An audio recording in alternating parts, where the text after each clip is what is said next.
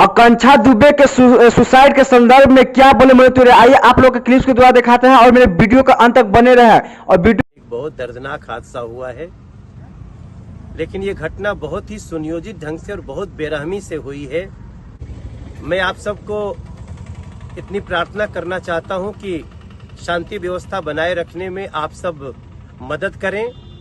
जब से घटना हुई है मैं लगातार डीसीपी के संपर्क में हूं। दोषियों को कड़ी से कड़ी के चर्चित अभिनेत्री आकांक्षा दुबे को वाराणसी में सुसाइड को लेकर भोजपुरी इंडस्ट्री में मचा तहलका।